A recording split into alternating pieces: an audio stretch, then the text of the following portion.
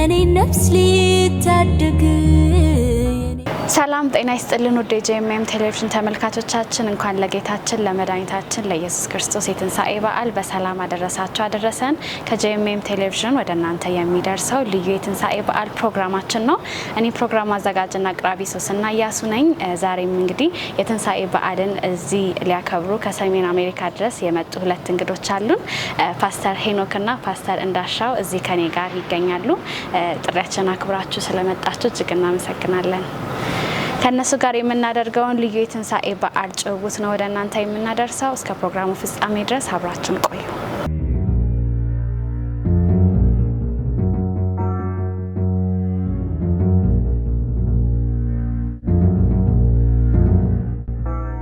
ተጨነቀ ተሰቃየ አፉን አልከፈተም ዝም አለ ታረደ እንደ በግ የኔ ነፍስ ሊታደግ ተመልሰናል ተመልካቾቻችን ይህንን ውብ ቦታ እንግዲህ ያዘጋጁልን ሳሮ ማሪያ ሆቴሎች ናቸው ጌታ ይባርካችሁ እጅግ እናመሰግናለን ወደ ቆይታችን ነው የምናልፈው ፓስተር ሄኖክና ፓስተር እንዳሻው ራሳችሁ እንድታስተዋውቁ እድል ልስጣችሁ ሄኖክ ጸጋይ ይባላልው ከካንሳስ ነው የመጣሁት የኢትዮጵያ ክርስቲያኖች ህብረት ቤተክርስቲያን በዛ ያለችውን አጥቢያ በመጋቢነት አገለግላለሁ የአንዲት ሴት ባልና የአራት ልጆች አባት ነኝ እንኳን ለትንሣኤ በዓል አደረሳችሁ በጣም ደስ ብሎናል ጄኤምኤምን ማመስገን ፈልጋለሁ ይህንን እድል ስለሰጠን ጌታ አምላክ ይባርካችሁ እሺ እኛም ስለጋበዛችሁን እጅግ አድርገን እናመሰግናለን እንዳሻው ከልክለ ይባላልው ከደንቨር ኮሎራዶ የኢትዮጵያ ወንጌላዊት ቤተክርስቲያን ነው የመጣሁት የዛች ቤተክርስቲያን መጋቢ ነኝ ፓስተር ሄኖክ እንደተናገረው የአንዲት ሚስት ባል የሁለት ልጆች አባት ነኝ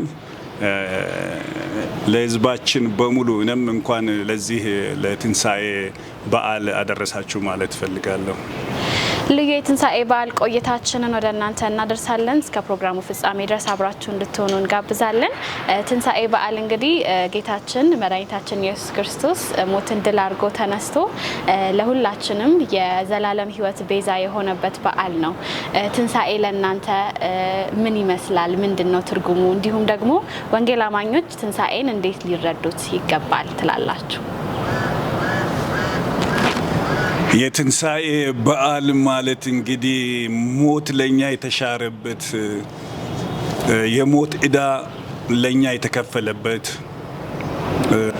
አንድ ትልቅ በሽታ ያውም ደግሞ የኃጢአት በሽታ ከዛ የተነሳ በሞት ፍርድ የሰው ልጅ ያለበት ጊዜ ነው ጌታችን ኢየሱስ ክርስቶስ ወደዚህ ምድር የመጣበት የሰው ልጅ የጠፉትን ሊፈልግና ሊያድን መጣ እንደሚለው ወደዚህ ምድር የመጣበት ዋናው ዓላማ ለሰዎች ልጆች የኃጢአት ዋጋ ለመክፈል ነው እንግዲህ ሞት የተሻረልን ሰዎች ስለሆነን ትንሣኤ ማለት ከሞት ወደ ህይወት ከዘላለም ጥፋት ወደ ድነት ተስፋ ከማጣት ወደ ተስፋ ያውም ዝም ብሎ ተስፋ ሳይሆን ማይሻር ተስፋ ያው ተስፋ የተሸጋገርንበት ስለሆነ እንግዲህ የቀንና የሌሊት ያህል ማለት ነውና ብሩህ ተስፋ ወደፊት እንድናይ ያደረገን የጌታ የኢየሱስ ክርስቶስ ከሞት መነሳት ነው ስለዚህ የክርስትና እምነታችን መሰረት ስለሆነ ይሄ ትልቅ ቦታ አለው በእያንዳንዳችን ህይወት ብዬ ነው ማምነው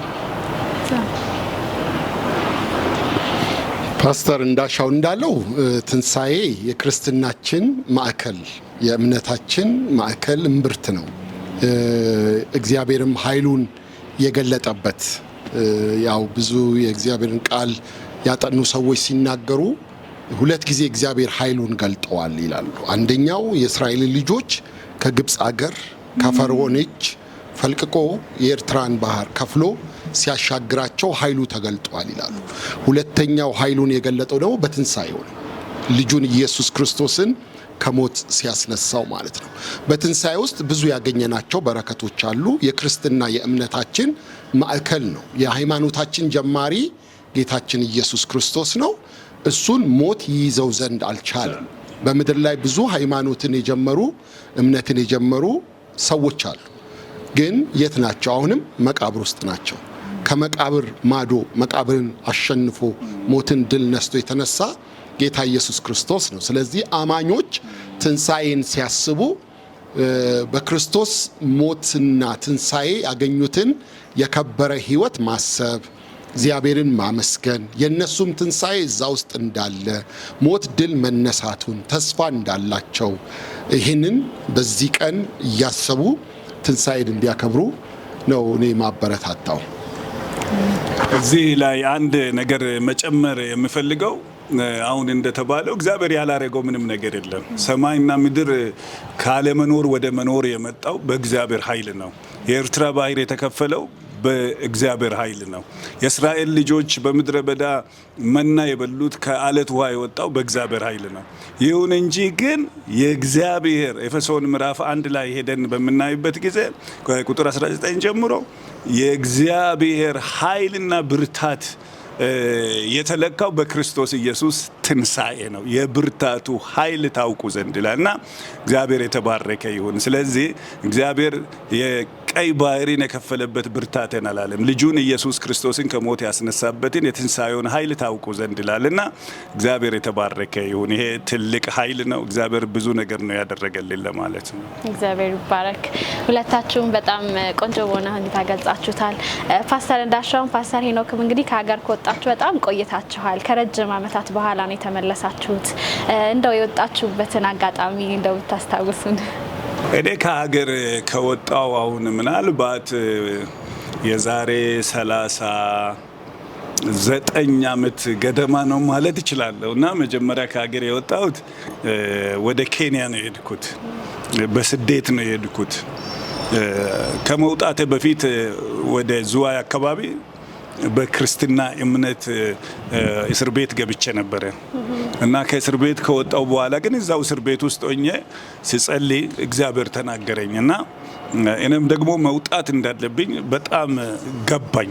ስለዚህ ያው ቤተሰቦችም ደግሞ ያሉት የተወለድኩት ሞያሌ አካባቢ ስለነበረ በዛ በኩል ደግሞ የጠረፍም ልጅ ስለሆንኩ ኬንያ ቅርብ እንደሆነ ስለማቅ ያም እንግዲህ ተጽዕኖ ፈጥሮብኝም ሊሆን ይችላል። ሁሉ ነገር ተደማምሮ የዛሬ 39 አካባቢ ነው ወደ ኬንያ የሄድኩት።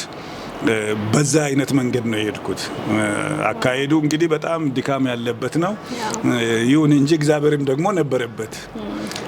ከዛ በኋላ ግን 1-2 ዓመት ተኩል ያህል ኬንያ ውስጥ ኖር ያለው ሚሽነሪም ሆነን ከባለቤቴ ጋር አገልግለናል።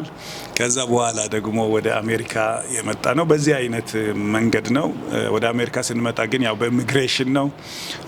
ለኛ ብቻ ሳይሆን ብዙ ስደተኞች በዛን ጊዜ ኬንያ ውስጥ የነበሩት ከኢትዮጵያም፣ ከሱዳንም፣ ከዩጋንዳም የተለያዩ ሰዎች ኬንያ እንግዲህ በወቅቱ ሰላማዊ ሀገር ስደተኞችን የምትቀበል ሀገር ስለነበረች ብዙዎቻችንን ነው ያስተናገደችው።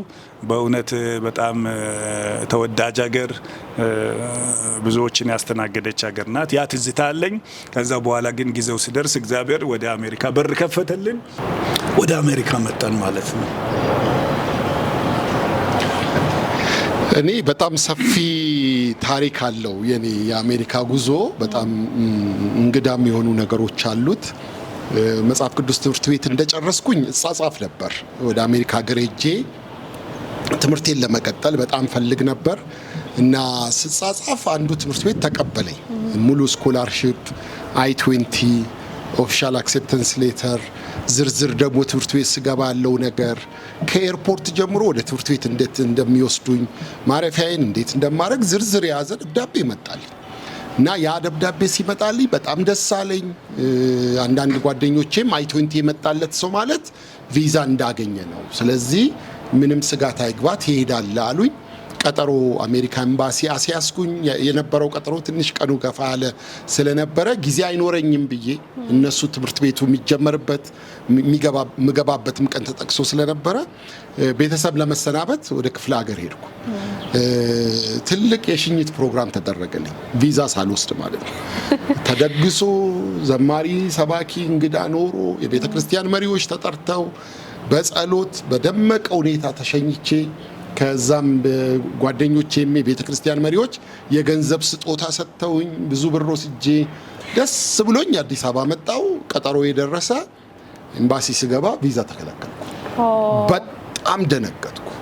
አንደኛ ከብዙ ሰው ገንዘብ ወስጃለሁ። እንዴት ብዬ ነው አሁን ወደ ክፍለ ሀገር ተመልሼ የሚሄደው? ሁለተኛ ደግሞ ብዙ ሰው እንደሚሄድ አውርቷል እና ለኔ ከባድ ስብራት ነበር በወቅቱ።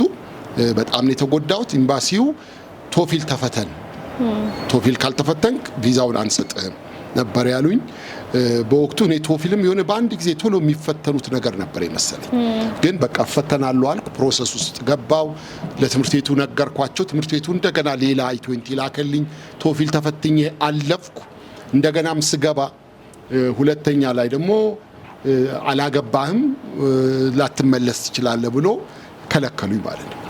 ሶስተኛም ገባው፣ አራተኛም ገባው፣ አምስተኛም ገባው።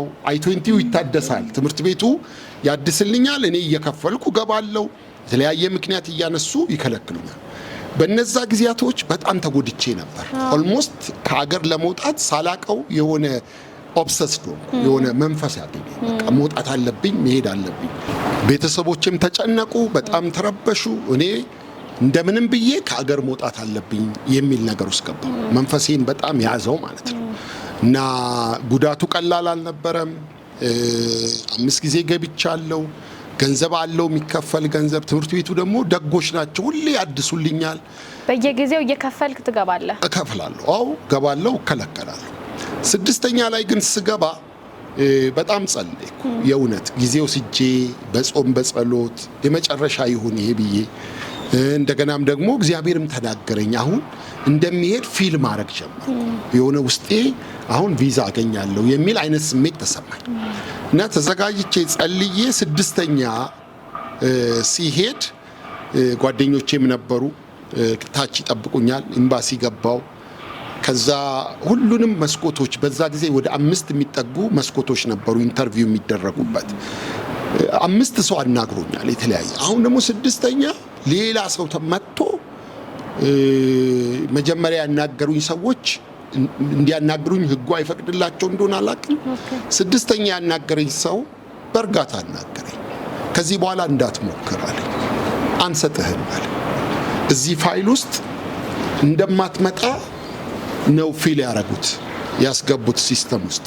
ብሄድ አይመድ ደሞዝ የለ ሚስት የለ እና ወጣት ልጅ ነህ እንዴት እናምናሃለን ተብሏል። ስለዚህ ከዚህ በኋላ እንዳትሞክር አለኝና ዶክመንቴን፣ ደብዳቤን፣ ፓስፖርቴን ከስር እንዲህ ሲመልስልኝ ሰብሰብ አድርጌ ለወጣ ፊቴን ሳዞር ትልቅ የመንፈስ ቅዱስ ደስታ ልቤ ውስጥ ገባ። ሁሌ እያዘንኩ ነው የምወጣው፣ ሁሌ ልቤ እየተሰበረ ነው የምወጣው። የዛን ቀን ግን ልክ እንደ ጨረር ያለ ነገር ነው ወደ ልቤ የገባውና ሳላቀው ደስ ይለኛል። ልክ ኢትዮጵያዊው ጃንደረባ ከተጠመቀ በኋላ መንገዱን ደስ ብሎ ትሄድ አይደለም የሚለው፣ እንደሱ መንገዴን ደስ እያለኝ ከኤምባሲው ስወጣ ደረጃ ነበረው ያኔ ኤምባሲው ፎቅ ነገር ነበረው። ስወርድ ጓደኞቼና ወንድሞቼ ውጭ አሉ ሲያፏጩ እንደዚህ ያልኳቸው፣ እነሱ ተሳሳቡ የተመታልኝ መስሏቸው ማለት ነው። እኔ ግን የተመታልኝ የመንፈስ ቅዱስ ደስታ ነበር። ኤኒዌይ ያኔ 6 ጊዜ ገብቼ ተከልክዬ በ6ኛው ስወጣ በደስታ ወጥቼ ጥቂት ሳምንታት ሳይቆይ ዲቪ ወጣልኝ። እንደ ኢያሪኮ ቅጥር የአሜሪካ ኤምባሲ ጉዳይ ፈረሰው በ7ኛው ላይ ቪዛ አገኘው። በዛ አይነት መንገድ ነው ወደ አሜሪካ ሀገር ሄድኩት። ያው የብዙ ጸሎት የብዙ መሻትና ፍላጎት ውጤት ነውና በዛ ደግሞ እግዚአብሔር ብዙ መልካም ነገር አድርጎልኛል። ሳንዲያጎ ነበርኩ መጀመሪያ፣ እዛም አገለግል ነበር። ሚኒስትሪ ሳልቬሽን ጌት ሚኒስትሪ የሚል እንደውም ሚኒስትሪውን ላውንች ባደረኩበት ጊዜ ፓስተር እንዳሻው ከዴንቨር መጥቶ እሱ ነበር ያገለገለው። ኦልሞስት የዛሬ 23 ዓመት ገደማ 22 ዓመት ገደማ ቀላል ጊዜ አልነበረም። አገልግሎቱ ሰፋ። እንደገናም ወደ ፍሎሪዳ እጄ እዛም ፓስተር አረግ ነበር። አሁን ደግሞ በካንሳስ ይኸው 11 ዓመት ሆኖኛል ፓስተር እያደረግኩ እና እግዚአብሔር በልጆች በትዳር በጤና በብዙ ነገር በብዙ ወዳጆች ባርኮኛል በአሜሪካ ምድር ማለት ነው። እግዚአብሔር ይባረክ። የሚገርም ቴስቲሞኒ ፓስተር። እንግዲህ ሁለታችሁም የምትመሩት ቤተክርስቲያን ከ40 ዓመታት በላይ የቆየች በአሜሪካ ናት። ፓስተር እንዳሻው የዴንቨር ኮሎራዶ ወንጌላዊት ቤተክርስቲያን መጋቢ ናቸው። ፓስተር ሄኖክ ደግሞ የካንሳስ የክርስቲያን ህብረት ቤተክርስቲያን መጋቢ ናቸው። እስኪ የቤተክርስቲያኑ በሰሜን አሜሪካ ያሉት ቤተክርስቲያኖች አመጣጣቸው አሁን ደግሞ ያሉበት ሁኔታ ምን ይመስላል ባጭሩ ብናነሳ?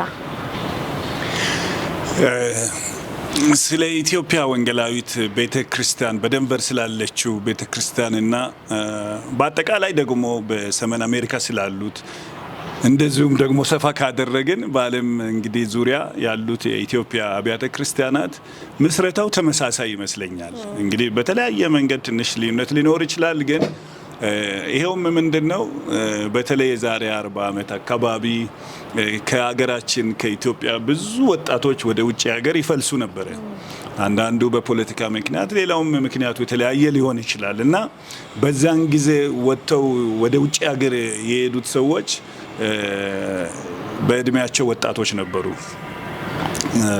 እንግዲህ አንዱ እግዚአብሔር ሊያደርግ የፈለገው ነገር ይመስለኛልና በሐዋርያት ሥራ በተለይ ምዕራፍ 2 ላይ እንደምናየው ከተለያዩ ከ14 15 አገሮች በዓለ ሃምሳን ለማክበር ተበትኖ የነበሩ አይሁዶች ወደ ኢየሩሳሌም በመጡ ጊዜ የመንፈስ ቅዱስ በረከት በእነሱ ላይ በሆነ ጊዜ በተለያየ ቋንቋ ልሳኖችን ይናገሩ ነበር። በከተማይቱም ደግሞ ይኖሩ የነበሩ በኢየሩሳሌም ይኖሩ የነበሩ አይሁዶች እንዴት ነው እነዚህ የምናገሩበትን ቋንቋ በገዛ ቋንቋችን ሲናገሩ እንሰማቸዋለን አሉ። ሰዎቹ ግን ከተለያየ ቦታ ነበር የመጡት። የእግዚአብሔር ሐሳብ ግን ያንን የመንፈስ ቅዱስ ሙላት ከተቀበሉ በኋላ ወደ መጡበት ሀገር ሄደው ወንጌል እንዲሰብኩ ነው። እንግዲህ የኢትዮጵያንም ቤተክርስቲያን ታሪክ በምናይበት ጊዜ ብዙዎች ወጣቶች በተለያየ መንገድ ተበትነዋል። ወደ ራሽያ ሊሆን ይችላል፣ ወደ አሜሪካ ሊሆን ይችላል፣ ወደ ካናዳ ሊሆን ይችላል።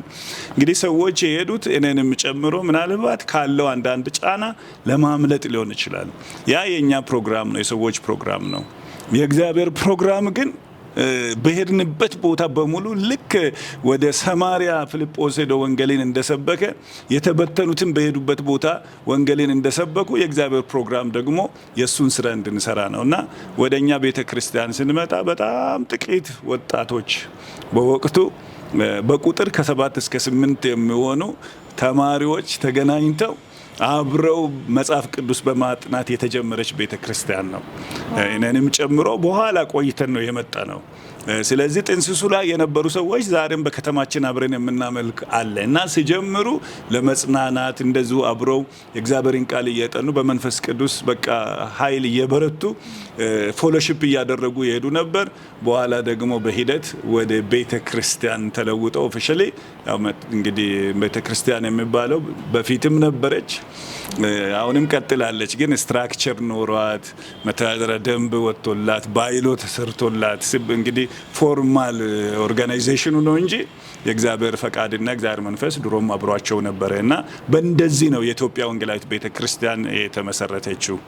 አሁን ደግሞ ያለችበት ቁመና ምን ይመስላል ለሚለው እንግዲህ ሌሎች ብናገሩ ይሻላል። ከኔ አንጻር ግን እግዚአብሔር በኃይል እየሰራ ነው ያለው። ወንጌል እየተሰበከ ነው። ቤተክርስቲያን እየታነጸች ነው። የእግዚአብሔር ቃል እየሰፋ እና እያደገ ከፊት ይልቅ እየሄደ ያለበት ጊዜ ነው። በጣም ደስተኛ ነኝ በዛች ቤተክርስቲያን እንደ መጋቢም እንደ ተገልጋይም ሆኜ የዛ ቤተክርስቲያን አካል ብልት በመሆነ ጌታን እጅግ አድርጌ አመሰግነዋለሁ። አሁንም እንግዲህ ወደዚህ የላከችኝ ያቺው ቤተክርስቲያን ናትና እግዚአብሔር የተባረከ ይሁን። አሜን። ፓስተር ሄኖክስ በካንሳስ ያለችው የክርስቲያን ህብረት ቤተክርስቲያን አመሰራረቷ እንዴት ነው? አሁን ደግሞ ያለችበት ቁመና ይመስላል? ፓስተር እንዳሻው እንዳለው የአጠቃላይ የዲያስፖራ ቤተክርስቲያናት አመሰራረታቸው የመጀመሪያ ቤተክርስቲያናት የተጀመሩባቸው አጀማመራቸው ተመሳሳይ ነው። በተለይ ከ1974 ጀምሮ በስደቱ ዘመን በተለይ ንጉሱም መንግስት እየወደቀ የደርግ መንግስት እየመጣ በነበረበት በዛ ትራንዚሽን የተበተኑ ብዙ ክርስቲያኖች እንደነበሩ ይታወቃል። ሲበተኑም እግዚአብሔር ይናገር ነበር። የእግዚአብሔር ድምጽ ይመጣ ነበር። ታሪኩን የሚያውቁ ሰዎች እንደሚናገሩት ተበትናችኋለሁ፣ በሄዳችሁበት ቦታ ደግሞ ቤተክርስቲያን ይተከላል፣ ስራዬን ትሰራላችሁ የሚል መልእክቶች ይመጡ ነበር። አብዛኞቹ ደግሞ መጀመሪያ የሄዱት ወደ አሜሪካ ሀገር ነው።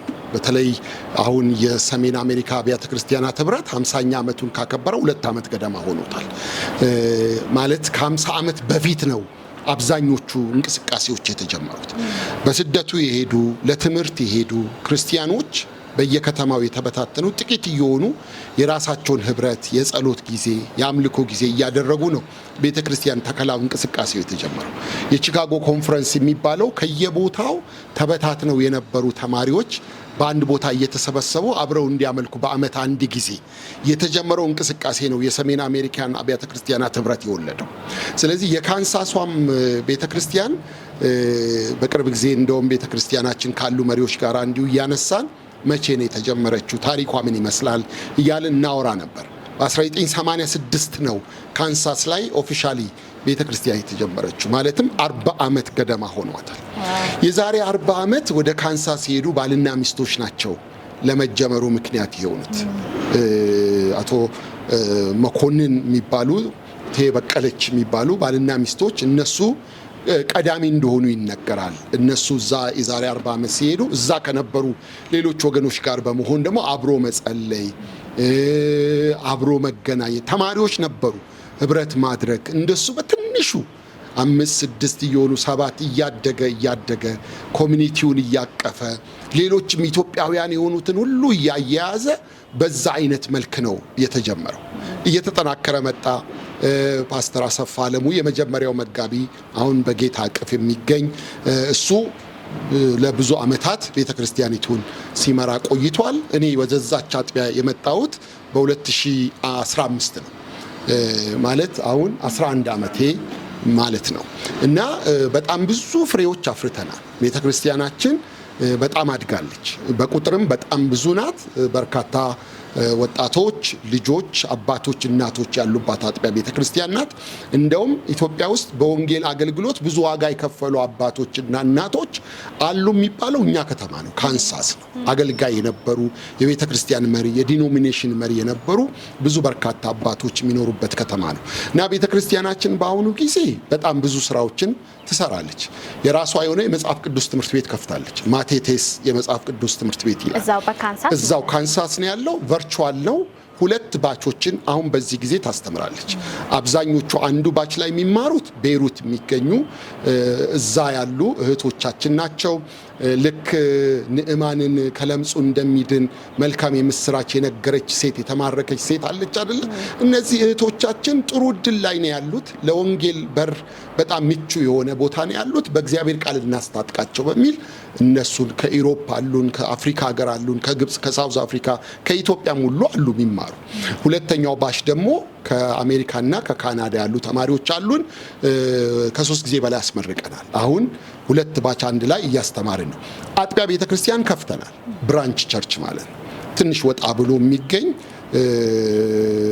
ርቀው እየነዱ ለሚመጡ እዛው ቦታ ላይ እንዲያመልኩ አሁን ፓስተር ተሹሞላቸው ቤተክርስቲያኒቱ ተጠናክራ አሁን የራሷን ህንጻ ለመግዛት እየሞከረች ነው። በወንጌል ስራም እዚህ ኢትዮጵያ ውስጥ በጣም ብዙ ስራዎችን ሰርታለች ቤተክርስቲያናችን። የእስረኞች አገልግሎት መርሃ ቤቴ ላይ ከ20 ዓመት በላይ ያንን እስር ቤት ስፖንሰር እናደርግ የነበር ነው እኛ ነን። ከመሰረተ ክርስቶስ ቤተክርስቲያን የእስረኞች አገልግሎት ጋር በመሆን ማለት ነው። ወፍጮ ቤት ከፍተናል። የልማት ስራ ሰርተናል። ቤት ገንብተናል። የወንጌል አገልጋዮችን እዛ አሰማርተናል። የተለያዩ ልማቶችን እዛ እስር ቤት ውስጥ አከናውነናል። ሚሽን ላይ ኢንቮልቭ እናደርጋለን። ሚስዮናውያንን ብዙ ጊዜ አሰማርተን በሰሜኑም በሌላም አካባቢ የሚያገለግሉ ሚስዮናውያን አሉን። አሁን ደግሞ እግዚአብሔር አዲስ በልባችን ያስቀመጠው ራዕይ አለ። ትግራይ ውስጥ ያሉ ህፃናትን፣ ችግረኛ ልጆችን ለመርዳት ወደ መቀሌም ይሄዳለው ከጥቂት ቀናት በኋላ። እዛም ካሉ አብያተ ክርስቲያናት ጋር ለመመካከር ፕሮጀክቱን ሰፋ አድርጎ ልጆችን ለማገዝ ማለት ነው። ቤተ ክርስቲያናችን አሁን በጥሩ ቁመና ላይ ነው ያለችው። ሚሽናል ናት። የወንጌል ስራ ትሰራለች። ብዙ አገልጋዮች አፍርታለች። ብዙ ሰራተኞች አሉን። 7 የሙሉ ጊዜ አገልጋዮች አሉን እና እግዚአብሔር በብዙ ረድቶናል። እግዚአብሔር የተባረከ ይሁን። ሄኖክ እንግዲህ የሰሜን አሜሪካ ወንጌላውያን አብያተ ክርስቲያናት ህብረት የቦርድ ሰብሳቢ ናቸው። በሰሜን አሜሪካ ያለው አብያተ ክርስቲያናት እንቅስቃሴ ምን ይመስላል? ህብረቱስ እንዴት ነው? የተጠናከረ ነው? እንዴት ነው? እግዚአብሔርን በጣም አድርጌ አመሰግናለሁ። ቀደም በጥቂቱ ለመናገር እንደሞከርኩኝ የሰሜን አሜሪካ አብያተ ክርስቲያናት ህብረት አጀማመሩ የዛሬ 50 ዓመት ከዛም ያለፈ እንደሆነ ይታወቃል። በ2024 ነው 50ኛ ዓመቱን በዋሽንግተን ዲሲ ኤግዚቢሽን ላይ በርካታ ኢትዮጵያውያን ወደ 7000 ገደማ ኢትዮጵያውያን በተገኙበት የተከበረው በጣም ታላቅ ከበራ ነበር። ራሱ እረፉ በሚል ኢዮቤልዩን ያከበርንበት ልዩ ዝግጅት ነበረ። ያ በዓል ያከበራ ለህብረታችን ትልቅ ወደ አንድ አቅጣጫ የመቀየር እድል የፈጠረ ፕሮግራም ነው። በብዙ ውጣ ውረድ ውስጥ ነው 50 ዓመቱን የተጓዘው። የቺካጎ ኮንፈረንስ በመባል ይታወቅ ነበረ። በርካታ አባቶች ምናቃቸው አሁን በሰሜን አሜሪካ ታላላቆች ብዙ የወንጌል ስራን የሰሩ እዚህም አገር በወንጌል አገልግሎታቸው የሚታወቁ አባቶች ለብዙ ዓመት ይመሩት የነበረ ተቋም ነው። ኃላፊነት አንዱ ካንዱ እየተረከበ ዛሬኛ እጅ ላይ ገብቷል። 50ኛውን ዓመት ለማክበር ስንዘጋጅ አስተባባሪዎች የነበርን እንደ ታስክ ፎርስ ተቋቁሞ ስንመራ የነበርን እኛው ነበርን እና አሁን ያለው ሊደርሺፕ አብዛኛው ያንጎች ናቸው። አዲስ ትውልድ ነው። 20 እና ከ20 ዓመት ወዲህ ነው ወደ አሜሪካ ሀገር የመጣው ትውልድ ነው አሁን ህብረቱን እየመራ ያለው። እግዚአብሔር ትልቅ ሺፍት አድርጓል። ቅድም እንዳልኩት መነቃቃትን አምጥቷል፣ መያያዝን አምጥቷል፣ አንድነትን አምጥቷል። በየከተማው ያሉ ህብረቶች ከዚህ ቀደም በነበረው ሁኔታ አይደለም አሁን ያለው። አንዱ ቸርች እናት ቤተክርስቲያን የምትባላለች። ከእናት ቤተክርስቲያን ጥቂት ሰው እየያዙ እየወጡ የተጀመሩ ናቸው ሌሎች ቤተክርስቲያናት። ከዚህ የተነሳ እርስ በርስ ግንኙነታቸው ጥሩ አልነበረም። ህብረቱ አሁን ወደዛም በታች ደረጃ በመውረድ በከተማም ደረጃ መያያዝ እንዲኖር፣ ህብረት እንዲኖር፣ መቀባበል እንዲኖር፣ አንድነት እንዲኖር በከተማ በክልል ከፍ እያለም በየዞኑ ደረጃ ሁሉ የተዋቀረ አወቃቀር አለ። በኢስት ኮስት ህብረት አለን፣ በዌስት ኮስት አለን፣ በሚድ ዌስት አለን፣ ሴንትራል አለን። እንደዚህ ተደርጎ ተደራጅቷል። አደረጃጀቱ በአንድ አካባቢ ያሉ አጥቢያ ቤተክርስቲያናት የራሳቸው ህብረት እንዲያደርጉ፣ ጸጋ እንዲከፋፈሉ፣ አብረው እንዲጸልዩ፣ በአመት አንድ ጊዜ ቢያንስ እንዲገናኙ የሚያደርግ ነው። አጠቃላይ ደግሞ በሰሜን አሜሪካ በመላው አሜሪካ የሚገኙትን በሙሉ ደግሞ የሚሰበስብ የየአመቱ ፕሮግራም ደግሞ አለ። በአመት አንድ የሚደረግ ባለፈው አመት 51ኛውን አመት ከበር ያደረግነው እነ ፓስተር እንዳሻው ጋር ነው። ዴንቨርን ያደረግነው በጣም አስገራሚ ጊዜ ነበር። እነሱ ናቸው ሆስት ያደረጉን። አሁን ለ52ኛው እየተዘጋጀን ነው። በየስቴቱ ነው የሚደረገው። በየስቴቱ የሚዞር ነው። አሁን ዳላስ ነው የሚሆነው። 52ኛው ዳላስ ላይ ነው የሚሆነው። እዛ ለማድረግ እየተዘጋጀን ነው። ኦሪጂናል ፕላናችን ጁላይ 14 ጀምሮ ነበር። እንደ አጋጣሚ የወርልድ ካፕ የእግር ኳስ ጨዋታ በጁላይ 14 ዳላስ ላይ ይካሄዳል። ስለዚህ በዛ ምክንያት ሆቴሎችንም ማግኘት አስቸጋሪ ስለሆነ አንድ ሳምንት ወደፊት ገፍተነዋል። ጁላይ 21 ጀምሮ በዳላስ እንገናኛለን። መሪዎች መጀመሪያ ማለት ነው። ከዛ ደግሞ ጠቅላላው ህዝቡ የሚመቸው የሚችል ወደ ዳላስ በሮ ይመጣል። የህብረት ጊዜ የአንድነት ጊዜ እናደርጋለን። ስለዚህ ህብረታችን በጣም እየተጠናከረ ነው ያለው። እንዳልኩሽ በየአካባቢው በየከተማው በየሪጅኑ ጥሩ ስራ እየሰራ ነው። እንደገናም በርካታ ኮሚሽኖች ተቋቁመዋል። በፊት ነበሩ፣ በእርግጥ ጥቂት ነበሩ በፊት የፓስተርስ ኮሚሽን፣ የእርቅ ኮሚሽን፣ እንደገናም ከበጎ አድራጎት ጋር ተያይዞ የሚደረጉ ኢትዮጵያ ላይ ለሚሰሩ ስራዎች አይነት የነበረ አካይ ነበር ኮሚሽን ጋር ተያይዞ ማለት። አሁን ግን ከ14 ያላነሱ ልዩ ልዩ ኮሚሽኖች አሉ። ልጆች ላይ፣ ወጣቶች ላይ፣ ሴቶች ላይ፣ ቤተሰቦች ላይ፣ መጋቢዎች ላይ፣ ፕሮፌሽናል ላይ፣ ሚሽን ላይ በተለያየ መንገድ ተጠናክሮ ከየክልሉ ከየስቴቱ የተወጣጡ አቅም ያላቸው አገልጋዮች ያሉበት በርካታ ኮሚሽኖች በርካታ አገልጋዮችን ያሳተፈ ደግሞ ስራ እየተሰራ ነው እና በጣም ትልቅ ራዕይ ይዞ እየተንቀሳቀሰ ያለ ተቋም ነው። እንዳልኩሽ በ50ኛው ዓመት ጊዜ ሞር ትኩረት ያደረግነው በዓሉ ላይ ነው። ኢዮቤልዩ ነው፣ ሴሌብሬሽን ነው፣ እናክብር፣ በዓል ነው፣ ኢዮቤልዩ ነው የሚል አይነት ነበር የነበረው ንቅናቄ። 51ኛው ላይ ስንመጣ ግን ከከበራ ወደ ስራ ነው ያለው። ፍሮም ሴሌብሬሽን ቱ ሚሽን አክብረናል ባለፈው ዓመት በ50ኛው ከበራ ላይ። 51ኛው ግን ስራ ላይ ትኩረት እንስጥ በሚል አሁን ያልኩሽ ኮሚሽኖች ሁሉ የተቋቋሙት በዚህ አንድ ዓመት ውስጥ ነው። ወደ ስራ እንግባ። በርካታ ነገሮች አሉ። ራዕይ አለን።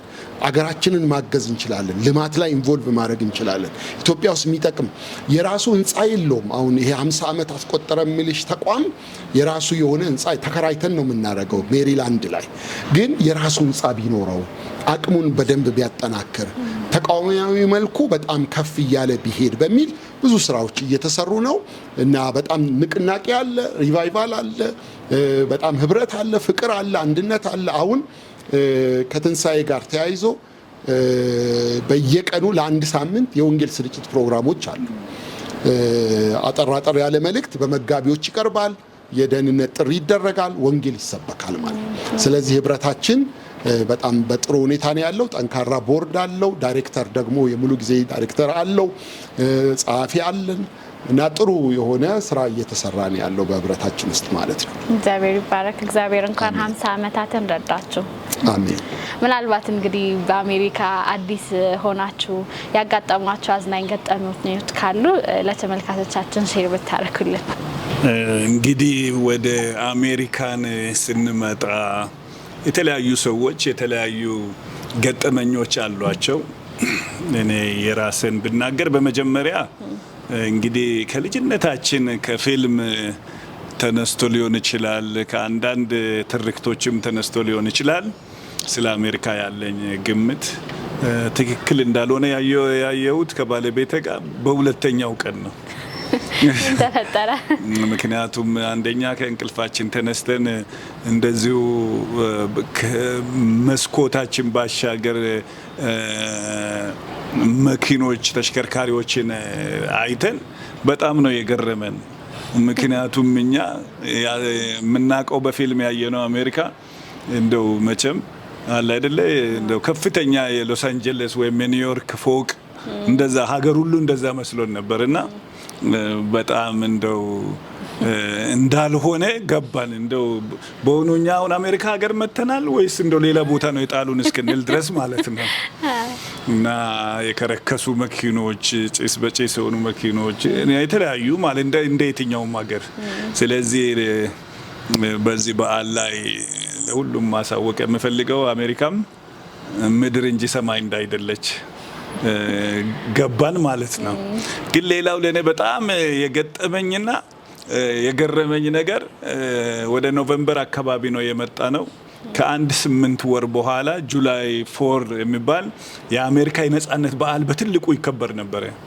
የአሜሪካ ትልቁ እንግዲህ እነሱም ያው በሌላ ሀገር ቀኝ ገዥ ስር ስለነበሩ ነጻ የወጡበትን ቀን የሚያከብሩት በአመት አንድ ጊዜ ጁላይ 4 ነው። በዛን ጊዜ የሚደረግ ነገር አለ። አሁን አውቄያለሁ። በየጊዜው ርችት ይተኮሳል።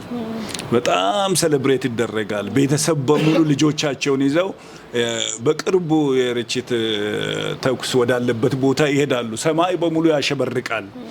ድል በቃ ነፃ የወጣንበት የነፃነት በዓላችን ነው ስለምሉ ማለት ነው። እና የመጀመሪያው አመት ግን እንዳልኩት ጁላይ ላይ በሚያከብሩበት ጊዜ አልጠበቅኩም።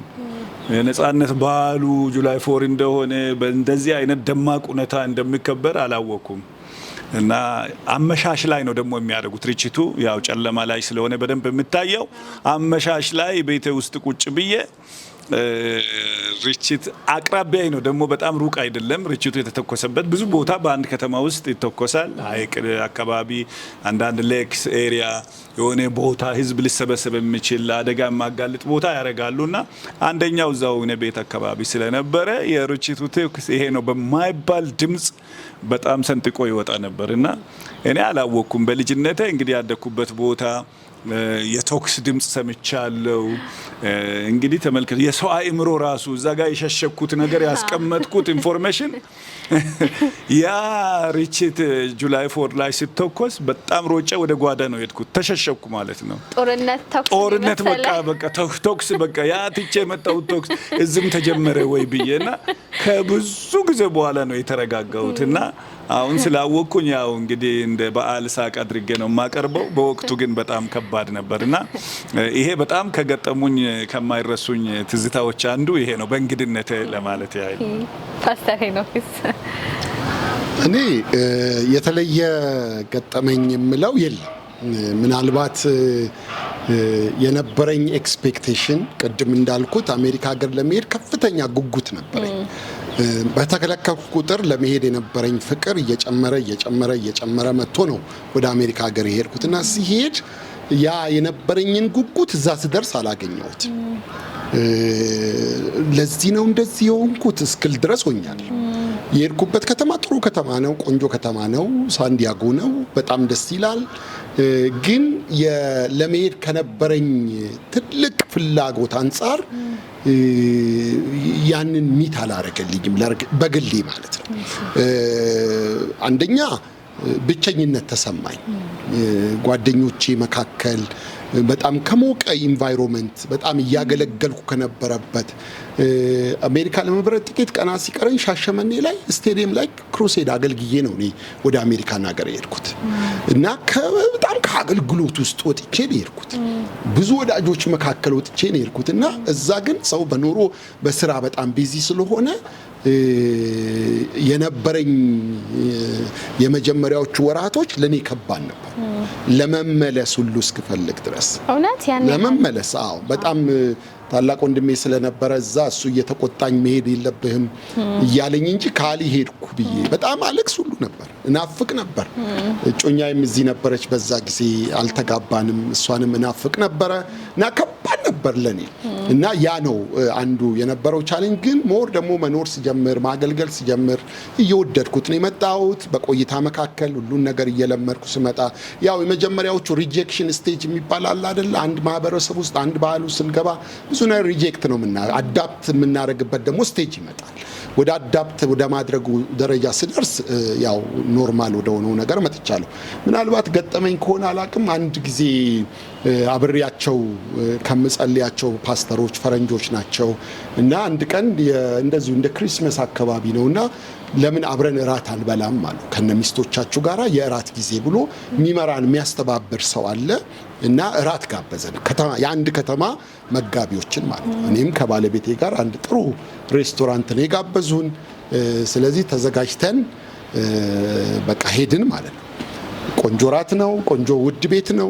ራታችንን በላን እና ደስ ብሎን እየተጫወትን ቢሉ ሲመጣ ለሁላችንም ነው የመጣው ለየብቻና እኔ ተጋብዤ ሄድኩ ነው መሰለኝ። አላሰብኩም፣ አልተዘጋጀውም። እንደ ኢትዮጵያ ደግሞ በስሎ ሐላልና እነሱ ለካ ሁሉም ለራሱ ነው የሚከፍለው እና ያን እንደ አንድ ገጠመኝ የማየው እሱ ነው በኔ በዛ ቆይታዬ ነው። በጣም ይገርማል። ከዘመድ ወዳጆቻችሁ ተለይታችሁ ከባለቤታችሁ ከቤተሰባችሁ ተለይታችሁ እንግዲህ ትንሳኤ በዓልን እያከበራችሁ ነው ከጄኤምኤም ቴሌቪዥን ጋር። በዚያ ያለው አከባበር ምን ይመስላል? በሰሜን አሜሪካስ በዛ? እኛ በሰሜን አሜሪካ የምንገኝ አበሾች በጣም እድለኞች ነን። ሁለት በዓል ነው የምናከብረው። ሁለት ፋሲካ እናከብራለን። እንደሱ የምናከብራቸው ሁለት የሚሆኑልን ብዙ አሉ። ገናም ሁለት ነው። እና ይከበራል። ሁለቱም ነው የሚከበረው። ቢያንስ እህቶቻችን ሴቶች የአበሻ ልብስ ለብሰው ነው ወደ ቸርች የሚመጡት። ስንወጣ ደግሞ በየቤቶቻችን የበዓል አይነት ድባብ አለ። አብረን ማዕድ እንቆርሳለን። ቤተሰብ የሆንን ወዳጅ ዘመድ የሆንን እንገናኛለን። በእንደዛ አይነት መንፈስ ነው በዓሉን የምናከብረው። እዚህም አሁን ከበዓሉ ርቀን ከቤተሰብ ርቀን እዚህም ብንመጣ እዚህም ያለው የበዓሉ ድባብ በጣም ደስ የሚል ነው እና በጣም ደስተኞች ነን። እናንተም ደግሞ እንደዚህ ያለ የበዓል ድባብ የበዓል ዳቦ ተዘጋጅቶ ፋሲካ እንድናስብ እያረጋችሁን ስለሆነ ጌታ አምላክ አብዝቶ ይባርካችሁ። አሜን። እኛም እዚህ ስለተገኛችሁ ከኛ ጋር በዓልን ያከበራችሁ ስለሆነ እጅግ እናመሰግናለን። ፓስተር የምጨምረው ነገር አለ? ተመሳሳይ ነገር ነው። ያው የአበሻ ገና አለ፣ ደግሞም የነጮች ካሌንደር ገና አለ። ሁለቱንም ለማክበር እንሞክራለን። ሁል ጊዜ ግን የሚያሸንፈው ርቀም ብንኖርም የሚያሸንፈው የአበሻው ነው። የፈለገ ኮንፈረንስን ብናደርግ የተለያየ ነገሮችንም ብናደርግ የበዓሉ ድምቀት ያለው ያው በአካል ርቀን እዛ እንገኝ እንጂ እዚህ ሀገራችን በዓል ካሌንደር ላይ ነው። እሱ ነው በጣም ጎልቶ የሚታየው። አሁን ፓስተር እንደተናገረው ደማቅ ልብስ ለብሰን የምንመጣው ቤታችንም ውስጥ ዝግጅት የምናደርገው በብዙ የአበሻው ገና ወይም ደግሞ የአበሻው ፋሲካ ሲሆን ነው። ስለዚህ ሁለቱንም እንግዲህ ሴሌብሬት የማድረግ በሁለቱም ላይ መገኘት ሁለቱንም የማክበር እድሉን አግኝተናል። እግዚአብሔር የተባረከ ይሁን። ሁሉም ደግሞ ያው ለወንጌል አገልግሎት ስለሆነ ሁሉንም ለወንጌል አገልግሎት እንጠቀምበታለን። እግዚአብሔር የተባረከ ይሁን። ከዚህ ከሳሮ ማሪያ ሆቴል ወደ እናንተ እየደረሰ ያለው የጄኤምኤም ልዩ የትንሳኤ በዓል አከባበራችን እየተከታተላችሁ ነው የምትገኙት። ከፓስተር ሄኖክ እና ከፓስተር እንዳሻው ጋር የምናደርገውን የትንሳኤ በዓል ቆይታ ወደ እናንተ እያደረስን ነው። አሁንም ቆይታችን ይቀጥላል። እንግዲህ ወደ ኢትዮጵያ የመጣችሁበት ትልቅ ራዕይ አለ። እሱም ፕሮጀክት ዜሮ ነው። ፕሮጀክት ዜሮ እንግዲህ በ2030 ኢትዮጵያ ውስጥ ወንጌል ያልሰማ የኢትዮጵያ ክልል አካባቢ እንዳይኖር ትልቅ ራዕይ አንግቦ እየሰራ የሚገኝ ትልቅ የወንጌል ስራ ነው። እስኪ ፓስተር ከእናንተ አፍ ደግሞ በሰፊው ስለሱ እናንሳና ስለ ፕሮጀክት ዜሮ አሁን ደግሞ በኢትዮጵያ እየተደረገ ስላለው የሚሽንና የወንጌል እንቅስቃሴ ብታጋሩ። እግዚአብሔር ይመስገን። ፕሮጀክት ዜሮ ማለት በኢትዮጵያ ሀገራችን ቢያንስ 43 የሚያክሉ ብሔር ብሔረሰቦች በወንጌል ያልተደረሱ አሉ።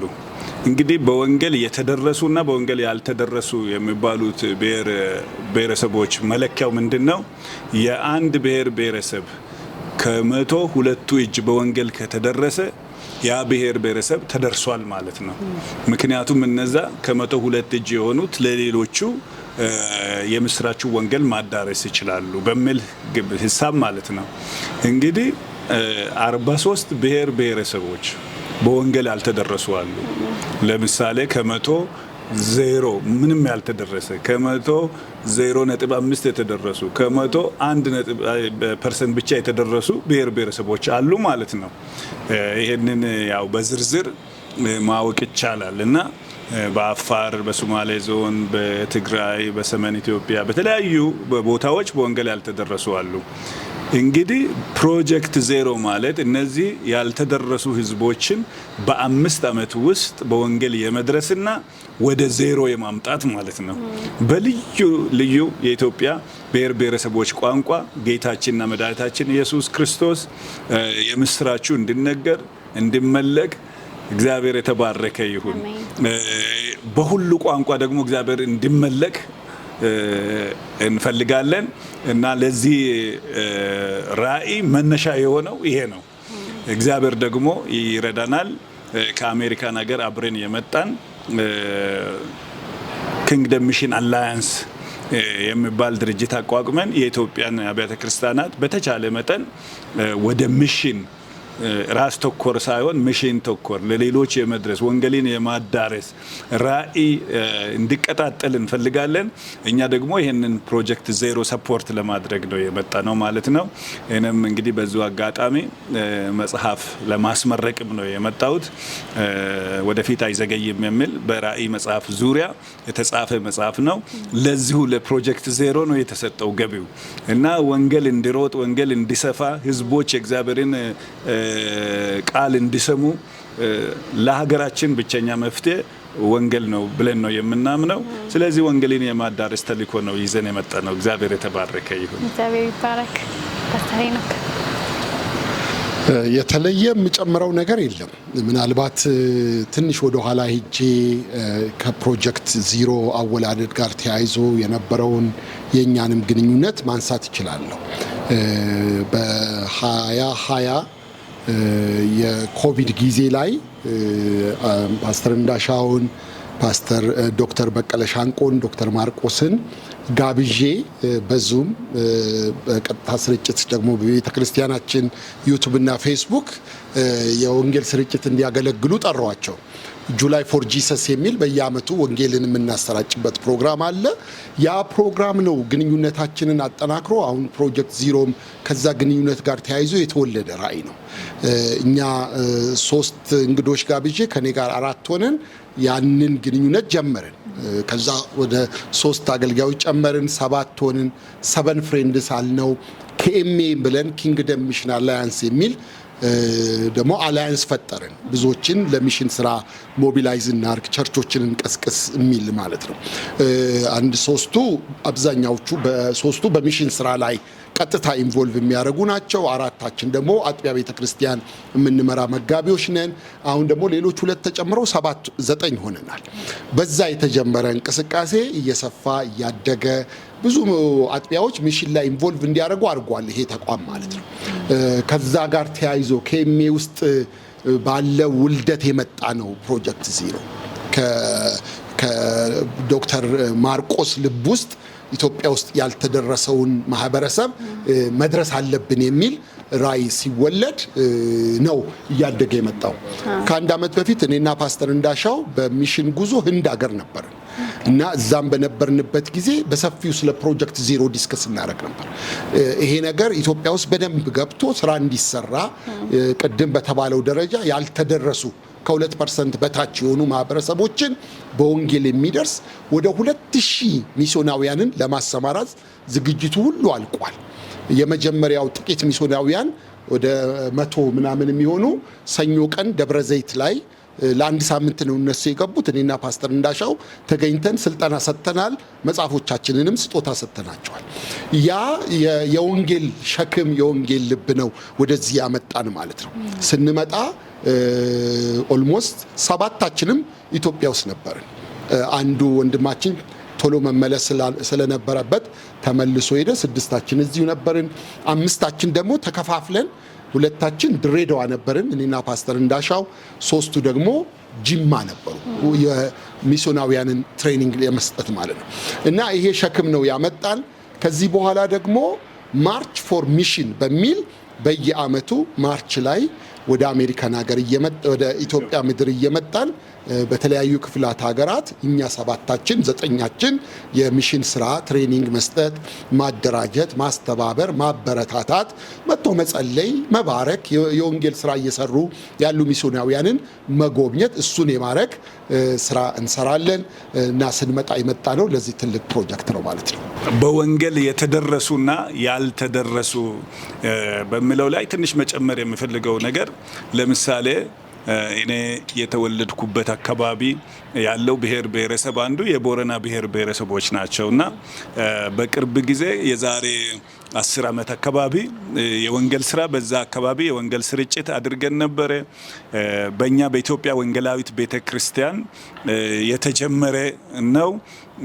በእርግጥ ከኛ በፊት እዛ ያሉት አብያተ ክርስቲያናት ያንን ስራ እየሰሩ ነበረ። እኛ ደግሞ መተን አጋር ሆንላቸው ማለት ነው እና እንደ ቤተ ክርስቲያን በጣም ብዙ ሚሽነሪዎችን ወደዛ ልከን ነበረ። ከዛ በኋላ ሌላም ደግሞ እንደዚሁ የሚሽን ድርጅት ከኛ ጋር ተባባሪ ሆነው በተለይ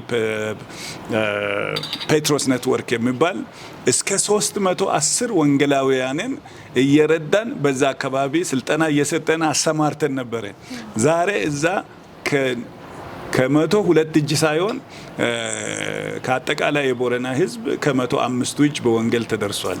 ስለዚህ ከተደረሱ ብሔር ብሔረሰቦች እንደ ምሳሌ አድርገን መውሰድ እንችላለን። ዛሬ ደግሞ 43 አሉ ብለናል። የዛሬ 5 ዓመት 0 ይሆናል ማለት ነው። እግዚአብሔር የተባረከ ይሁን። አሜን።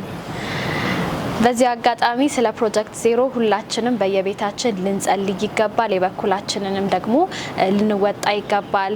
በዙሪያችን ደግሞ ወንጌልን ላልሰሙ ሰዎችንም የጌታ መምጫ ደርሷልና ወንጌልን እንድናሰማ እንድንሰብክ በዚህ አጋጣሚ ጥሪ ማቅረብ እንፈልጋለን። ከጄኤምኤም ቴሌቪዥን ወደ እናንተ የሚደርሰው ልዩ የትንሣኤ በዓል ፕሮግራማችንን እየተከታተላችሁ ነው የምትገኙት። አሁንም ቆይታችን ይቀጥላል።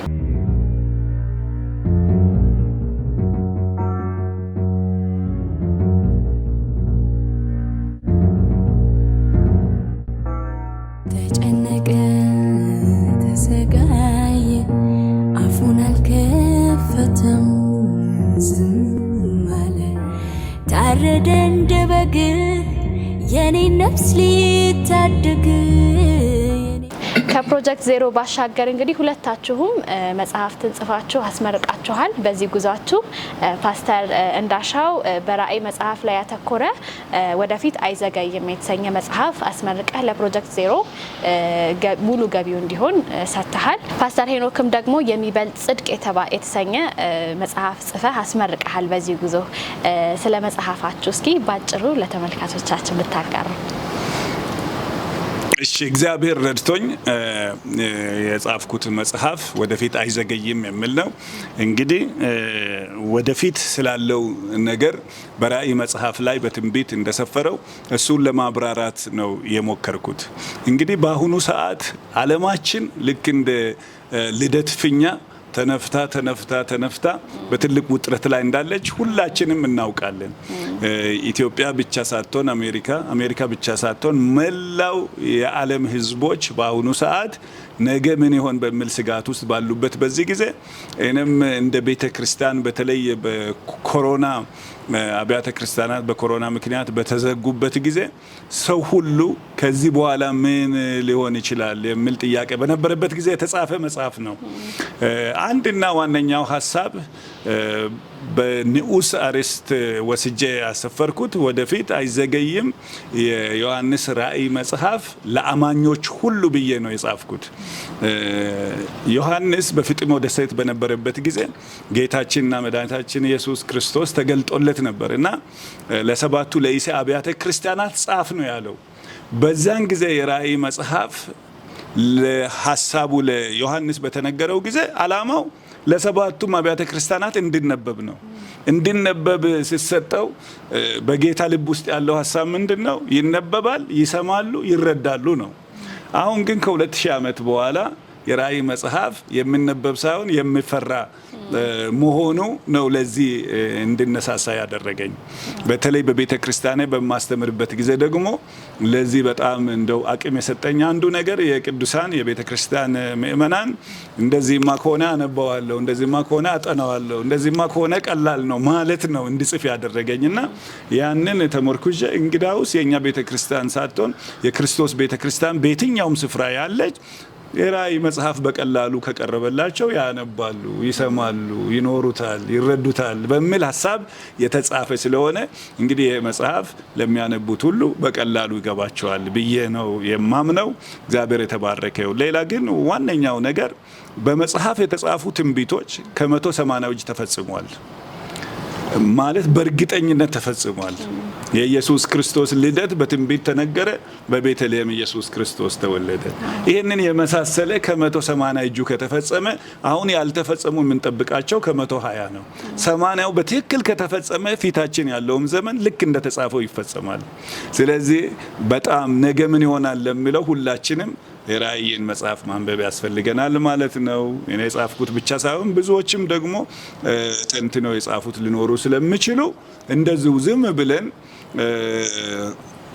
በድንግዝግዝ እንድንሄድ ሳይሆን እግዚአብሔር ቃሉን ሰጥቶናልና ይህንን የእግዚአብሔርን ቃል ቀርበን እንድናጠናው ላደፋፍራችሁ እፈልጋለሁ። በዚህ አጋጣሚ እንግዲህ እኔ የጻፍኩት መጽሐፍ ስለሆነ ሳይሆን በእውነት እንደ ቤተሰብም እንደ ቤተ ክርስቲያንም ለውይይት የሚያዘጋጁ የጥናት ጥያቄዎች በውስጡ ስላሉ አንድ ሰው ብቻውን ያልተረዳውን በህብረት አብሮ ቢያጠኑ ይረዳሉ ብዬ ነው የማስበው። ይህንንም ደግሞ እንድትጠቀሙበት አደራ ማለት እፈልጋለሁ። እንዳልኳችሁ ደግሞ ገቢው ለፕሮጀክት ዜሮ ነው። መጽሐፉ እንደ አጋዥ ነገር የመጣንበት ጉዳይ እንጂ አመጣጣችን ዋናው ዓላማ ፕሮጀክት ዜሮ ሚሽነሮችን ለማሰልጠን፣ ሚሽነሮችን ለመላክ፣ አገልጋዮችን ለማበረታታት ነው። እግዚአብሔር ይመስገን። በእኔ በኩል ተመሳሳይ ታሪክ አለው መጽሐፌ። በነገራችን ላይ የእሱን መጽሐፍም ቀዳሚ አንባቢ የመሆን እድል አግኝቼ አንብቤ አስተያየት ጽፌ ያለው በጣም ግሩም መጽሐፍ፣ በጣም ድንቅ መጽሐፍ ነው። በጣም ጥርት ያለ ኳሊቲ የሆነ መጽሐፍ ነው ፓስተር የጻፈው። እሱም ደግሞ የኔን መጽሐፍ አንብቦ ስለ መጽሐፌም አስተያየት ሰጥቷል። ስለዚህ ወዳጅነታችን በጣም ጥልቅ ነው ማለት ነው። ከተራራው ትምህርት ጋር ተያይዞ እኔ ህይወት ውስጥ የተከናወነ ነገር አለ። የዛሬ 20 ዓመት ገደማ ነው መጽሐፉን ሞር እንዳጠናው የሆንኩት። በፓስተር መራዊ ንጉሴ የተጻፈው የተራራ ትምህርት መጽሐፍ ነው ህይወቴን የነካው። ከዛ ጊዜ ጀምሮ መጀመሪያ በነበርኩበት በፍሎሪዳ ታምፓ አጥቢያ ቤተክርስቲያን ላይም የተራራውን ትምህርት አስተምሬያለሁኝ። የዛሬ 11 ዓመትም ወደ ካንሳስ ስመጣ በካንሳስም ይሄንን የተራራውን ትምህርት አስተምሬያለሁ። ለለውጥ እንድነሳሳ አድርጎኛል። እግዚአብሔርን እንድወደው አድርጎኛል። ሰዎችን እንድወዳቸው ጸጋ እንዲሰጠኝ እንድጸልይ አድርጎኛል። ቀኝን ሲመቱ ግራህን ስጥ የሚል አይነት መሪ የተቀመጠበት፣ አንድ ምዕራፍ እንሂድ ሲል ሁለት አርግለት፣ እጀ ጠባብ ሲጠይቅ ጨምርለት የሚሉ በጣም የሚበልጥ ህይወት የሚጠይቁ ላቅ ያለ ክርስትናን የሚጠይቁ ላቅ ያለ መንፈሳዊነት የሚጠይቁ ከግብዝነት የወጣ እውነተኝነትን የሚጠይቁ እግዚአብሔር ደስ የሚሰኝበትን ህይወት የሚጠይቁ ናቸው። ማቴዎስ 5፣ 6፣ 7 ልበ ንጹሐን ብፁዓን ናቸው እግዚአብሔርን ያዩታል። እንደዚህ አይነት ሐሳቦች የታጨቁበት መጽሐፍ ነው። እነዚህ ሶስቱ ምዕራፎች ማቴዎስ ካስተማራቸው ማቴዎስ ከጻፋቸው ከጌታ ከኢየሱስ ክርስቶስ 5 ትምህርቶች መካከል የመጀመሪያው ነው። ምዕራፍ 5፣ ምዕራፍ 6፣ ምዕራፍ 7 ብዙ እውነት እዛ ውስጥ ተቀምጧል። ስለዚህ እኔን የጠቀመኝን እኔ ሞር እግዚአብሔርን እንድፈራው እግዚአብሔርን እንድፈልግ እውነተኛ ሰው ለመሆን እንድጓጓ እንድጸልይ ያደረገኝ ስለሆነ ጥሩ ሰው እንድሆን በኢትዮጵያ ቤተክርስቲያን ውስጥ ጣቢታ የምትባል ወይም ዶርቃ የሚሏት በጣም የምታስገርም ሴት እንዳለች ይናገራል። ትንሽ አጥቢያ ናት ኢዮጴ። እዛ ውስጥ ግን እግዚአብሔርን የምትፈራ ደግ የሆነች መልካም ነገር የሞላባት በሞተች ጊዜ አንቀብራትም፣ ጥሩ ሰው ናት፣ መልካም ሰው ናት ብለው እንዳስቀመጧት ይናገራል። እኔ እችን ሴት ሳስባት የተራራውን ትምህርት የምትኖር ጌታን ደስ የምታሰኝ ሴት አድርጌ ነው የምወስዳት። ስለዚህ እኔ በህይወቴ የተራራውን ትምህርት ለመኖር ስለምፈልግ፣ ለመኖር ስለምጓጓ፣ ለመኖር ስለምጸልይ የሆነች ነገር ለኢትዮጵያ ቤተክርስቲያን ባዋጣ ብዬ የጻፍኩት መጽሐፍ ነው። የመጽሐፉ ዝግጅት ከ3 ዓመት በላይ ወስዷል። ስብከት ነው መጀመሪያ የነበረው። የድምጽ ወደ ጽሁፍ ተቀይሮ ጽሁፉ ኤዲት ተደርጎ እንደገና ደግሞ የመጽሐፍ መልክ እንዲኖረው ተደርጎ ሌሎች ደግሞ ሪፈረንስ ተጨምሮ ጥሩ ስራ ነው የተሰራው። መጽሐፉ ለትውልድ ይጠቅማል ብዬ ነው የማምነው። ስለዚህ የዚህ መጽሐፍ ሰው በደስታ በልግስና ሲገዛም ለሚስዮናውያን በነፃ እንሰጣለን። አሁን ሰኞ ዕለትም 200 የሚጠጋ መጽሐፍ ወስደን ደብረ ዘይት ለገቡ የወንጌል አገልጋዮች በስጦታ መልክ ሰጥተናል። ሌሎች ሰዎች ስለከፈሉ ማለት ነው። ስለዚህ መጽሐፉ በአማኙ ማህበረሰብ ውስጥ በጎ ተጽዕኖ ያመጣል ብዬ አምናለሁ። ለዛ የተዘጋጀ መጽሐፍ ነው። እሱንም በዩጎ ሲቲ ቤተክርስቲያን ነው ባለፈው ጊዜ ያስመረቅ ነው ማለት ነው። ከሳሮ ማሪያ ሆቴል ወደ እናንተ የሚደርሰው ልዩ የትንሳኤ በዓል ፕሮግራማችን እንደቀጠለ ነው። ጂኤምኤም ቴሌቪዥንን ምርጫችሁ አድርጋችሁ የተከታተላችሁን ስለሆነ እጅግ እናመሰግናለን። ከፓስተር እንዳሻውና ከፓስተር ሄኖክ ጋር እያደረግን ያለነው ልዩ የትንሳኤ በዓልን ወደ ማጠቃለሉ ደርሰናል። እንግዲህ በመጨረሻም እድል ብሰጣችሁ በኢትዮጵያ ላለችው አብያተ ክርስቲያን እንግዲህ የወንጌላውያን አብያተ ክርስቲያናት የምታስተላልፉት መልእክት ካለ በዚያውም ደግሞ ለወዳጅ ዘመዶቻችሁ የትንሳኤ በዓል እንኳን አደረሳችሁ ለትንሳኤ በዓል እንድትሉ እድል ስጣችሁ። የመጨረሻ እሺ፣ እኔም ጂኤምኤምን በጣም ላመሰግን እፈልጋለሁ። በዚህ በፋሲካ በዓል ቀን እንግዳችሁ አድርጋችሁ ስለጋበዛችሁኝ ለመላው የኢትዮጵያ ሕዝብ እንኳን ለዚህ ታላቅ የትንሳኤ ቀን አደረሳችሁ ማለት እፈልጋለሁ። ስለ ትዳር ደግሞ አውርተናል። በጣም ለሚወዳት ባለቤቴ ለገኒ ለልጆቻችን ደግሞም ለላከችኝ ቤተክርስቲያን በደንቨር ላለችው ለኢትዮጵያ ወንጌላዊት ቤተክርስቲያን እንኳን ለትንሳኤው በዓል አደረሳችሁ ማለት እፈልጋለሁ። እግዚአብሔር የተባረከ ይሁን። እዚህም ደግሞ ኢትዮጵያ ውስጥ ላሉት አብያተ ክርስቲያናት በሙሉ እግዚአብሔር በኃይል በስራ ላይ ነው። ጌታ ኢየሱስ ክርስቶስ አባቴ ይሰራል እኔም ደግሞ እሰራለሁ እንዳለ በአሁኑ ሰዓት መንፈስ ቅዱስ በስራ ላይ ነው። እግዚአብሔር የተባረከ ይሁን። በነዛ በደረቁ አጥንቶች ላይ እግዚአብሔር ለነብዩ እንደዚህ ያለ የሰው ልጅ ሆይ እነዚህ አጥንቶች በህይወት ይኖራሉ ነው ያለ። እኔ አላውቅም አለ ነብዩ። በል ትንቢት ተናገርባቸው፣ በህይወት ኑሩ በላቸው ነው ያለው። እና የሚያየው ነገር በጣም ደስ የማይል ቢሆንም የደረቁ አጥንቶች እጅግ የደረቁና የተበታተኑ ነበሩ። በላያቸው ላይ ግን ህይወትን አወጀ እና መናገር በጀመረ ጊዜ አጥንት ከአጥንት ጋር ተቀራረበ ይላል። እግዚአብሔር የተባረከውን ትንሳኤ ያገኘ ስላገኙ ተነሱ ማለት ነው። ስለዚህ ይሄ የዳንበት የትንሳኤው ኃይል የሚያኖረን የትንሳኤ ኃይል ነው። በያላችሁበት ቦታ በእናንተ ላይ ትንቢትን እናገራለሁ፣ በህይወት ትኖራላችሁ፣ የክብር ዓመት ይሆንላችኋል።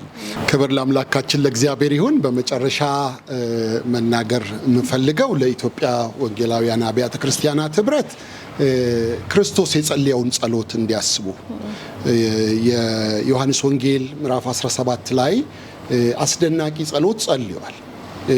ያው እንደሚታወቀው አስደናቂ የሚያሰኙ ብዙ ምክንያቶች አሉ። ራሱ የጸለየው ማን ነው? ያን ጸሎት የጸለየው ጌታ ኢየሱስ ክርስቶስ ነው። ሙሴም አይደለም፣ ጳውሎስም አይደለም፣ ሌሎች ታላላቅ ነቢያቶች አይደሉም። የጸለየው ጌታ ራሱ ነው። የጸለየበት ጊዜ ራሱ ከባድ ጊዜ ነው። የመስቀሉ ጊዜ ነው። ወደ ሞት እየሄደ የነበረበት ጊዜ ነው። ምቹ ጊዜ አይደለም የጸለየበት ጊዜ። ስለዚህ ጸሎቱን ስናስብ የተጸለየበት ርዕስ ራሱ በጣም ወሳኝ የጸሎት ርዕስ ነው። የአንድነት ጉዳይ ነው። በክርስቶስ በኩል ወደ ቤተ ክርስቲያን የሚመጣ አንድነት አለ። ስለዚህ በርካታ ዲኖሚኔሽኖች አሉ። በጣም እየበዛን ነው። በጣም እየሰፋን ነው። በጣም እያደግን ነው። እንደሚነገረው ከ30 ሚሊዮን በላይ ወንጌላውያን አብያተ ክርስቲያናት ወይም አማኞች እንዳሉ በኢትዮጵያ ውስጥ እየተነገረ ነው። ስለዚህ የህብረት ጉዳይ፣ የአንድነት ጉዳይ፣ የመቀባበል ጉዳይ፣ ጥቃቅን ልዩነቶቻችንን ትተን ወደ ዋናው አንድ ወደሚያረገን ነገር መተን አብረን ለእግዚአብሔር መንግስት ስራ እንድንቆም ከሞት የተነሳውን ጌታ ክርስቶስን የምንሰብክ ስለሆነ የትንሳኤውን መልእክት የምናውጅ ስለሆነ ኢየሱስ ክርስቶስ ሞትን አሸንፎ ተነስቷል የሚል ድምጽ ነው ቤተ ክርስቲያን ያላት። የመጀመሪያው ስብከት የጴጥሮስም የትንሳኤ ስብከት ነው የሰበከው። ኢቭን ሐዋርያው ጳውሎስ ራሱ በመጀመሪያው የሚስዮናዊ ጉዞ የነበረው ስብከት የትንሳኤው ስብከት ነው። ስለዚህ በዚህ የትንሳኤው ቀን አንድነታችንን እንድናስብ፣ እንድንቀባበል፣ በፍቅር እንድንሆን፣ በህብረት እንድንሆን፣ ከመገፋፋት፣ ከመጠላላት፣ ከመተቻቸት፣ ከመነቃቀፍ እንድንወጣ፣ ለወደቁት እንድንራራ፣ ለደከሙት እንድንራራ፣ ላዘኑት እንድንራራ ይሄንን እንደ እግዚአብሔር ሰው ይሄን ጥሪ ያቀርባለሁ። ሁለተኛ ደግሞ ለድሆች ደግሞ እንድናስብ፣ ለምስኪኖች እንድናስብ፣ የሚበሉ ለሌላቸው፣ የሚጠጡ ለሌላቸው፣ መኖሪያ አጥተው ለሚቸገሩ፣ ለስደተኞች፣ መከራ ላለባቸው፣ በልዩ ልዩ ስቃይ ውስጥና ችግር ውስጥ ለሚያልፉ ቤተ ክርስቲያን የመጀመሪያ ደራሽ እንድትሆን፣ አጋዥ እንድትሆን፣ መፍትሄ አምጪ እንድትሆን ይሄንን የከበረ ጥሪ ያቀርባለሁ። በጣም ደስ ብሎኛል በዚህ በትንሳኤ ቀን ከናንተ ጋር እግዚአብሔርን ጸጋ እንደዚህ ባለ ሁኔታ በዓሉን እያከበርን በበዓሉ ድባብ በጂኤምኤም ቲቪ በሳሮ ማሪያ ሆቴል እንዲህ አይነት ፕሮግራም ማድረግ ስለቻልን በጣም ደስ ብሎኛል። ከሳሮ ማሪያ ሆቴል ወደ እናንተ ሲደርስ የነበረው የጂኤምኤም ልዩ የትንሳኤ በዓል አከባበራችንና የተመለከታችሁ ተመልካቾቻችን ፓስተር እንዳሻውና ፓስተር ሄኖክ ከሰሜን አሜሪካ አብያተ ክርስቲያናት መጥተው ከኛ ጋር የትንሳኤ በዓልን እንደዚህ መልኩ አክብረዋል። እስከ ፕሮግራማችን ፍጻሜ ድረስ ለተከታተላችሁን እጅግ እናመሰግናለን። እኔ ፕሮግራም አዘጋጅና አቅራቢ ሶስና ያሱ ነበርኩኝ። በቀሪ ደግሞ ከጂኤምኤም ቴሌቪዥን ወደ እናንተ የሚደርሱ ልዩ የበዓል ፕሮግራሞቻችንን እንድትከታተሉ እየጋበዝኩኝ ዳቧችን ቆርሰን በዚህ ፕሮግራማችን እናጠናቅቃለን። አቤት የኔ ረቡኒ ስትገርመኝ ረቡኒ አቤት የኔ ረቡኒ ስትደንቀኝ ረቡኒ አቤት የኔ ረቡኒ ስትገርመኝ